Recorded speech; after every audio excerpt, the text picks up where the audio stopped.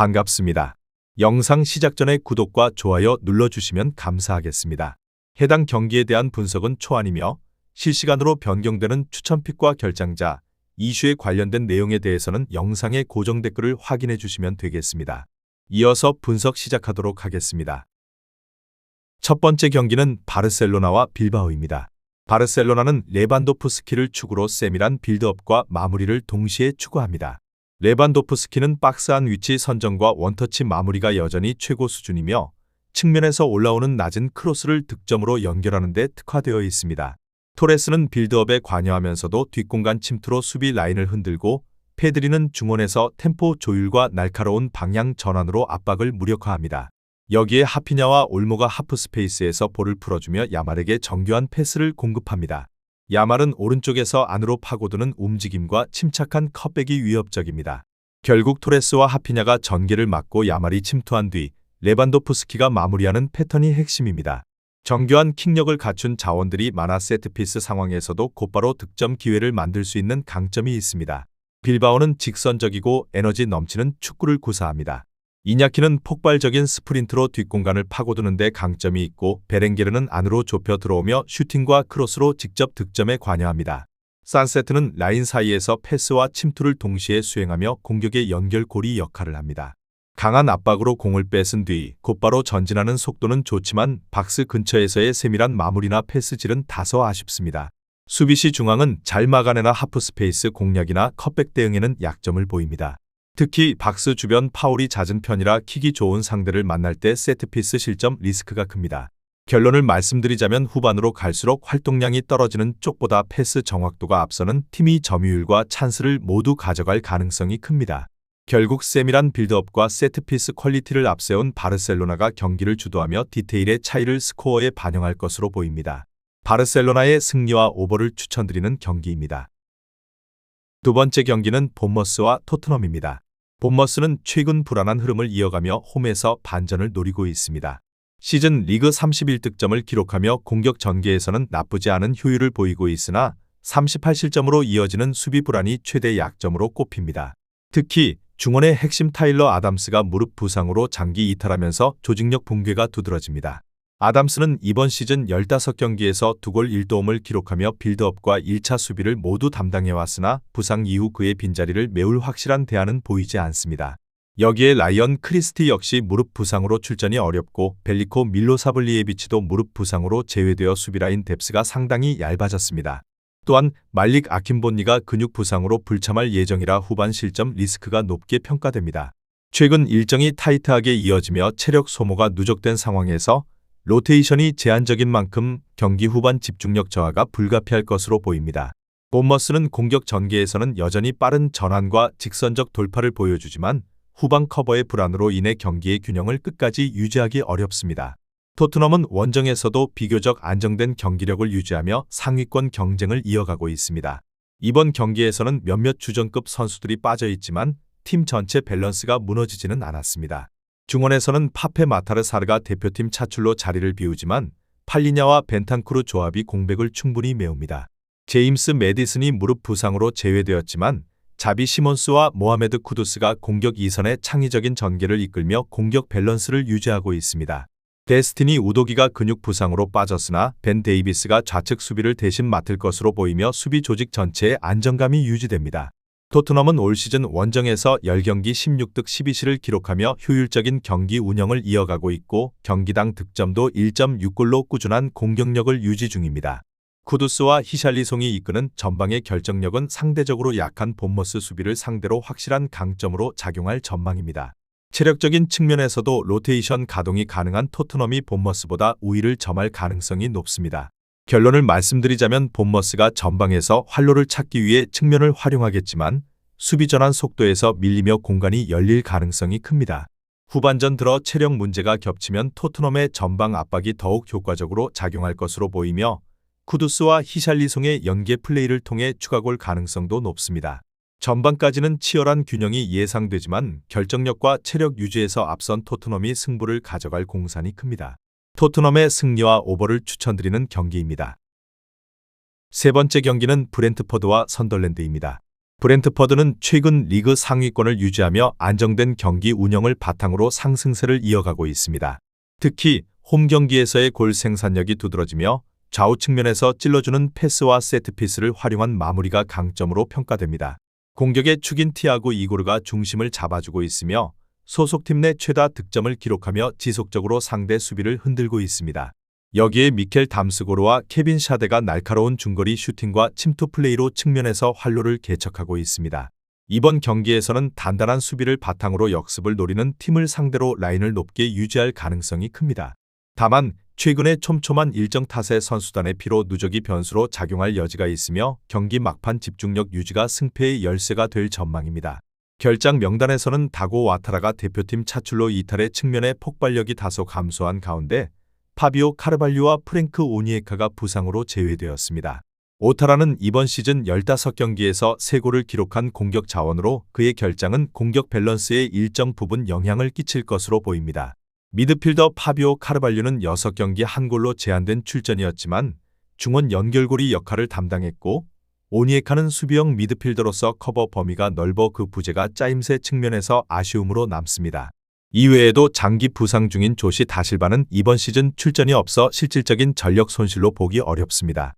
그럼에도 불구하고 주축인 이고르, 샤데, 핸더슨 등이 모두 건강하게 출전 가능해 홈의 강세를 이어갈 수 있는 조건은 충분합니다. 선덜랜드는 최근 경기에서 강팀들을 상대로 연속된 무승부를 거두며 수비 조직력을 과시하고 있습니다. 중앙 압박과 라인 간격 유지가 안정적으로 이루어지고 있으며 수비 블록의 응집도가 높아 상대의 침투를 효과적으로 차단하고 있습니다. 그러나 문제는 득점력입니다.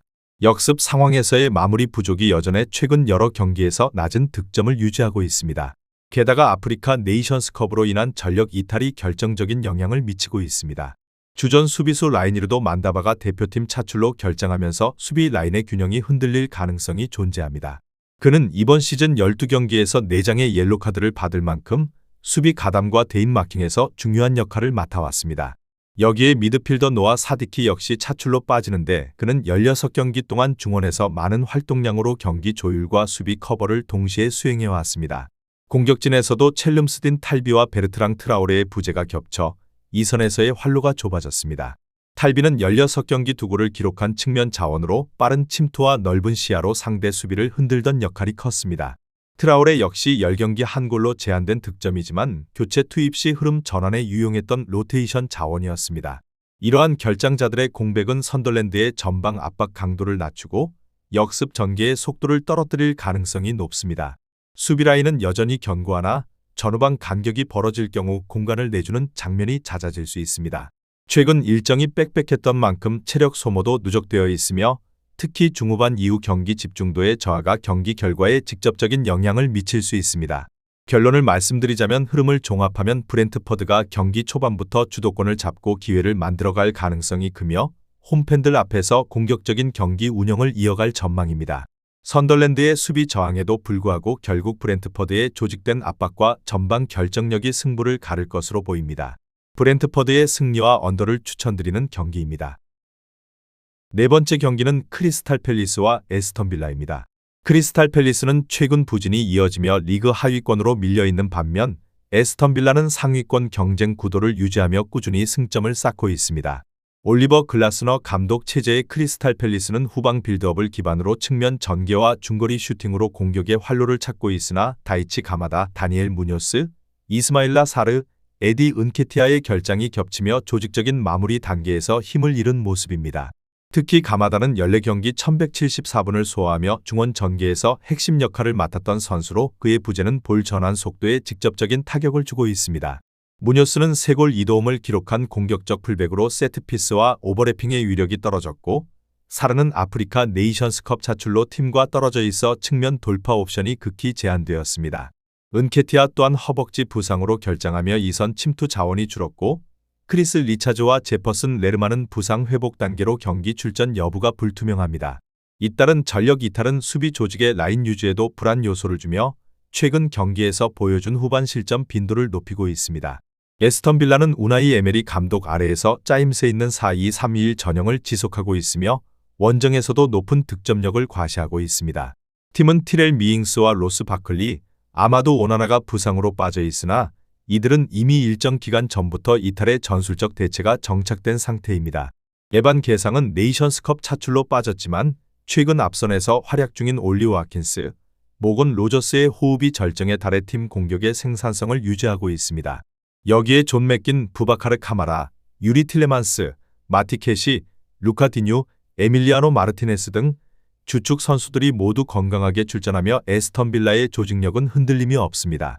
특히 중원에서 카마라의 안정된 커버 플레이와 틸레만스의 패스 전개가 돋보이며 측면에서는 로저스의 드리블 돌파가 뚜렷한 위력을 발휘합니다.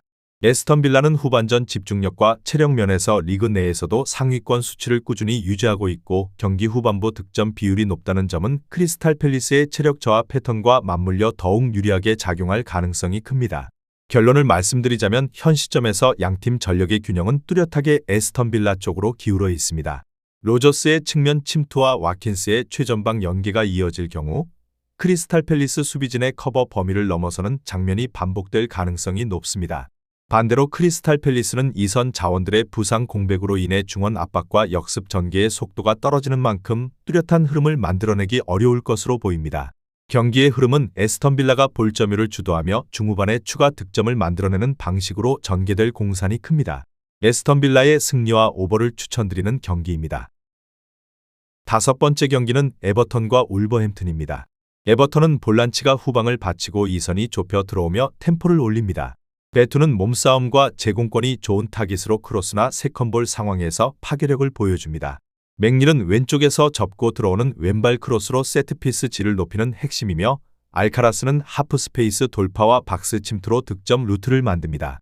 이번 경기에서는 측면의 자원을 집중해 상대 윙백 구조를 정면으로 공략할 예정입니다. 측면 숫자 우위를 통한 컷백과 크로스가 베투와 알카라스의 움직임에 걸리면 그대로 득점 찬스가 됩니다. 특히 파포스트의 제공권 자원을 몰아넣고 세컨볼을 노리는 코너킥 패턴은 연속 슈팅을 유도하며 흐름을 가져오는 데 결정적인 역할을 합니다. 울버햄튼은 3백과 중앙 미드필더가 축을 잡고 윙백이 측면을 넓게 쓰는 구조를 가져갑니다. 아로코다레는 피지컬을 활용해 박스 안에서 제공권을 잡아주는 타깃 역할을 수행하며 황희찬은 침투 타이밍과 드리블로 상대 수비 라인을 한 번에 무너뜨리는 옵션입니다. 중원의 고메스는 활발한 압박과 태클로 빌드업을 끊고 전개하는 역할을 맡습니다. 하지만 측면에 윙백 한 명만 배치되어 있어 상대가 윙포워드와 풀백을 동시에 올릴 경우 숫자 싸움에서 밀리는 구조적 한계가 있습니다. 윙백이 끌려나가면 하프 스페이스가 열리고 내려앉으면 측면 크로스를 허용하는 이지선다에 빠지기 쉽습니다. 3백 또한 측면 커버를 위해 이동하는 순간 중앙 지대에 빈틈이 생겨 수비 전환 시 부담이 커집니다. 결국 중원 압박과 역습으로 승부를 보려 하겠지만 측면 열세와 세트피스 수비 부담 탓에 주도권을 유지하기는 쉽지 않습니다. 결론을 말씀드리자면 에버턴의 승리와 오버를 추천드리는 경기입니다. 여섯 번째 경기는 풀럼과 첼시입니다. 풀럼은 1월 초부터 리그와 컵 일정을 병행하며 짧은 간격의 경기를 이어가고 있습니다. 팀의 공격 전개는 해리 윌슨과 라울 히메네스를 중심으로 유지되고 있지만 이번 경기에서는 주전 자원 여러 명의 결장이 큰 변수로 작용할 전망입니다. 칼빈 바세이, 사무엘 추크우에제, 알렉스 이워비가 모두 나이지리아 대표팀 소집으로 빠지며 핵심 라인의 전술 밸런스가 흔들릴 가능성이 높습니다. 특히 바세이의 이탈은 중앙 수비의 공중볼 대응력과 좌측 수비 안정도에 직접적인 영향을 미치고 이워비의 부재는 중원에서의 전진 패스와 이선 침투 움직임을 줄이는 결과로 이어집니다. 여기에 사무엘 추크우에제의 결장으로 측면 돌파력까지 약화돼 풀럼의 전체 공격 전환 속도는 이전보다 둔화될 것으로 보입니다. 또한 케니 테테 역시 허벅지 부상으로 출전이 어렵고 후반 교체 카드로 활용되던 라이언 세세뇽도 여전히 복귀하지 못하는 상황입니다. 이로 인해 측면 수비와 오버래핑 옵션이 모두 줄어드는 부담이 따릅니다. 무니지의 부상 여파 역시 간과할 수 없으며 라울 히메네스의 체력 관리 부담이 커질 수밖에 없습니다. 체력적으로는 팀이 연속적인 경기로 회복 시간이 짧고 수비 핵심 자원 결장이 겹치면서 안정적인 운영이 다소 어려운 환경에 놓인 상태입니다. 첼시는 원정 일정 속에서도 꾸준히 팀 밸런스를 유지하며 1월 들어서도 공격 중심의 경기 운영을 이어가고 있습니다. 주앙 페드로를 비롯해 엔조 페르난데스와 페드로 네투를 중심으로 한 공격 전개는 여전히 위협적입니다. 다만 이번 경기에서는 일부 주전급 자원이 이탈해 있습니다. 미하일로 무드릭은 징계로 출전이 불가하며 로메오 라비아는 허벅지 부상으로 장기 결장 중입니다. 또한 좌측 풀백 역할을 맡아오던 마르크 쿠쿠렐라도 허벅지 부상으로 출전 가능성이 낮습니다. 이로 인해 좌측 빌드업 과정에서의 안정감이 다소 떨어질 수 있습니다. 레비 코릴 역시 무릎 부상으로 제외되며 수비진의 로테이션 폭이 줄었습니다. 그러나 첼시는 여전히 중원에서의 압박 전개와 빠른 전환 능력에서 높은 효율을 보이고 있고 원정에서도 득점력이 유지되는 팀입니다. 특히 상대 진영을 빠르게 점유한 뒤 중앙 혹은 좌우로 전환해 마무리하는 형태가 효과적으로 작동하고 있어 풀럼의 측면 수비 약점과 맞물릴 가능성이 큽니다. 체력적인 부분에서도 첼시가 상대적으로 우세하다는 평가가 따릅니다. 런던건 원정이므로 장거리 이동이 없고 로테이션 운용이 가능한 스쿼드 뎁스 덕분에 공격 자원의 체력 부담 분산이 가능한 상황입니다. 결론을 말씀드리자면 전반은 균형이 유지될 수 있겠지만 후반으로 갈수록 팀 전력의 뎁스와 전환 속도의 차이가 결과를 가를 가능성이 짙습니다. 이러한 전력 상황과 부상자 구성을 고려할 때 첼시의 승리와 오버를 추천드리는 경기입니다. 7번째 경기는 맨시티와 브라이튼입니다. 맨체스터 시티는 여전히 리그 정상권 전력과 경기 운영 능력을 유지하며 이번 홈경기에서도 우위를 점할 것으로 보입니다. 팀의 핵심 공격수 홀란드는 올 시즌 리그에서 19골 4도움을 기록하며 절정의 득점 감각을 이어가고 있고 필포든 역시 7골 2도움으로 꾸준히 팀의 공격을 이끌고 있습니다. 베르나르도 실바는 직접적인 공격 포인트는 많지 않지만 중원에서의 전환과 하프 스페이스 연결해서 중심을 잡으며 경기의 리듬을 조율하고 있습니다. 제레미 도쿠 역시 1골 4도움으로 드리블 돌파를 통한 공격 전개에 큰 활력을 불어넣고 있어 측면 공격 루트의 변화를 유연하게 만들어주고 있습니다. 수비라인에서는 루벤 디아스와 요슈코 그바르디올이 중심을 잡고 있으며 네이선 아케, 리코 루이스 등이 라인 전환 시 폭넓은 움직임을 제공합니다. 최근 확인된 부상 명단에는 존 스톤스가 허벅지 부상으로 이탈해 빌드업 가담의 안정성이 다소 떨어지지만 팀의 선수층이 두터워 대체 자원의 가동에 무리가 없습니다. 오마르 마르무시와 오스카르 보브, 마테오 코바치치는 각각 부상으로 이번 경기 명단에서 제외될 가능성이 높으며 레이 안데르스와 누네스 등이 중원 로테이션으로 투입될 수 있습니다. 수문장 잘루이지 돈나룸마는 변함없이 골문을 지킬 전망이며 전체적으로는 체력 부담이 존재하지만 팀의 로테이션 폭이 넓어 연속 경기에서도 퍼포먼스 저하가 크지 않다는 것이 장점으로 작용합니다.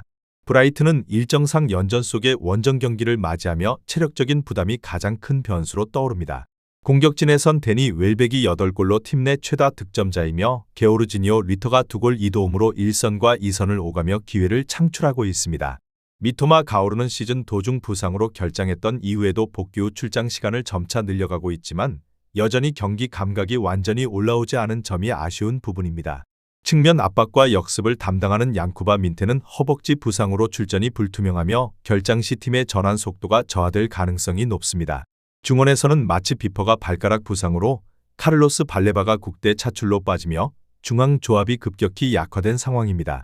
이는 브라이튼의 점유율 기반 빌드업과 수비 전환 모두의 직접적인 손실로 작용할 것으로 보입니다. 수비에서는 캡틴 루이스 덩크와 얀폴 판 헤케가 중심을 잡지만 아담 웹스터의 부재로 로테이션 폭이 좁아졌으며 경기 후반 집중력이 떨어지는 시간대에 실점 확률이 높아지는 패턴을 보이고 있습니다.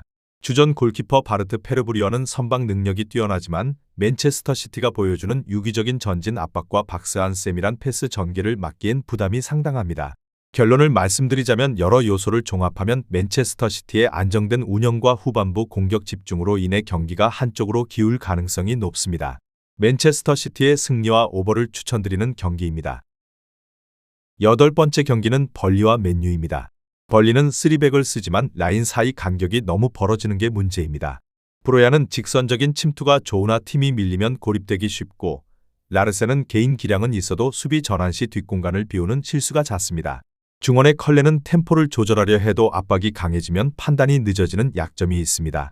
특히 하프 스페이스와 이선 침투를 쉽게 허용하고 윙백이 올라간 뒤 뒷공간 커버가 안 돼 상대 윙어에게 공략당하는 패턴이 반복됩니다. 이처럼 라인 간격과 측면 수비가 동시에 흔들리다 보니 박스 앞 실점 위기를 정리하지 못하고 연속 슈팅을 내주는 악순환이 이어집니다. 이런 구조적인 수비 불안이 강등권 추락의 원인이며 단기간에 해결하기 어려운 큰 부담입니다. 맨유는 세슈코를 앞세워 뒷공간 침투와 제공권을 동시에 노립니다. 세슈코는 장신임에도 스피드가 빨라 상대의 느슨한 라인 사이를 파고드는 데 능합니다. 쿠냐는 측면에서 안으로 접어드는 움직임과 드리블로 수비를 끌어내며 찬스를 만듭니다. 불안한 수비 조직을 상진 벌리를 상대로 쿠냐의 하프스페이스 공략은 효과적일 가능성이 큽니다. 마운트는 이 선에서 왕성한 활동량으로 압박에 가담하고 세컨볼을 회수해 빠르게 전진 패스를 뿌려줍니다. 볼란치 라인 역시 공을 뺏자마자 세슈코와 쿠냐를 향해 수직으로 공을 투입하는 데 집중합니다. 촘촘한 간격만 유지한다면 상대 빌드업을 방해하고 역습 상황에서 수적 우위를 점하기 쉬운 구조입니다. 결국 세슈코의 침투와 쿠냐의 돌파, 마운트의 가담이 어우러져 허술한 상대 공간을 지속적으로 흔들 수 있습니다. 결론을 말씀드리자면 벌리가 홈에서 버티려 해도 구조적 문제 탓에 90분 내내 실점 위험에 노출되는 흐름입니다. 결국 수비와 미드필더 사이가 벌어지고 뒷공간까지 열리는 상황이 반복되면 세슈코와 쿠냐 같은 공격 자원을 보유한 메뉴가 승기를 잡을 가능성이 높습니다. 메뉴의 승리와 오버를 추천드리는 경기입니다. 마지막 경기는 뉴캐슬과 리즈입니다. 뉴캐슬은 전방 압박과 뒷공간 침투를 동시에 노립니다. 볼테마드는 체격과 스피드를 갖춰 하프스페이스를 흔들고 이선과의 연계 역할까지 수행합니다. 고드는 폭발적인 순발력과 드리블로 풀백 뒷공간을 파고드는데 특히 발이 느린 수비수를 상대로 한 번에 치고 나가는 움직임이 위협적입니다. 중원의 토날리는 정확한 킥으로 고든과 볼테마드의 침투에 맞춘 다이렉트 패스를 뿌리며 공격 전개를 주도합니다. 벤치에도 빠른 교체 자원이 많아 후반까지 속도 싸움을 이어가며 상대 수비를 끝까지 압박할 수 있는 구성을 갖췄습니다. 리즈는 중원 숫자를 늘려 점유율을 챙기려 하지만 수비진의 느린 발이 치명적인 약점입니다. 루이는 박스안 피지컬과 제공권에서 확실한 강점이 있고 오카포르는 측면과 중앙을 오가는 드리블로 변화를 줍니다. 에론슨 역시 왕성한 활동량으로 전방 압박에 힘을 보냅니다. 하지만 센터백 라인은 자리를 지키는 데만 능할 뿐 순발력이 떨어져 발빠른 공격수에게 뒷공간을 내주면 대처가 안 됩니다. 3백 간격이 벌어지는 순간 패스 한 번에 라인 전체가 무너지는 불안 요소가 큽니다. 결론을 말씀드리자면 리즈의 3백은 박스 안을 지키는 데만 집중되어 있어 뒷공간 커버 속도가 뉴캐슬의 공격진을 따라가기 벅찹니다. 발이 느려 라인이 올라간 상태에서 뒷공간을 내주면 파울이나 경고 위험도 커집니다. 중원 숫자는 많지만 공격 전개가 루인의 제공권에 의존하는 단조로운 방식이라 세컨볼을 놓치는 순간 곧바로 역습에 노출됩니다. 후반으로 갈수록 기동력 격차는 더 벌어질 가능성이 높습니다. 뉴캐슬은 교체 자원까지 속도가 뛰어나 끝까지 뒷공간을 흔들 수 있는 반면 리즈는 수비 회복 능력의 한계가 명확합니다. 결국 뉴캐슬의 공격 템포와 뒷공간 활용 능력이 리즈의 느린 수비진을 무너뜨리며 경기 흐름을 주도할 것으로 보입니다. 뉴캐슬의 승리와 언더를 추천드리는 경기입니다. 오늘 준비한 분석 자료는 여기까지입니다. 영상이 여러분께 도움이 되었다면 구독과 좋아요 한 번씩 눌러주시면 감사하겠습니다. 내일도 새로운 정보로 여러분을 만나겠습니다. 오늘도 좋은 하루 되시고 적중하는 하루 되시길 바랍니다.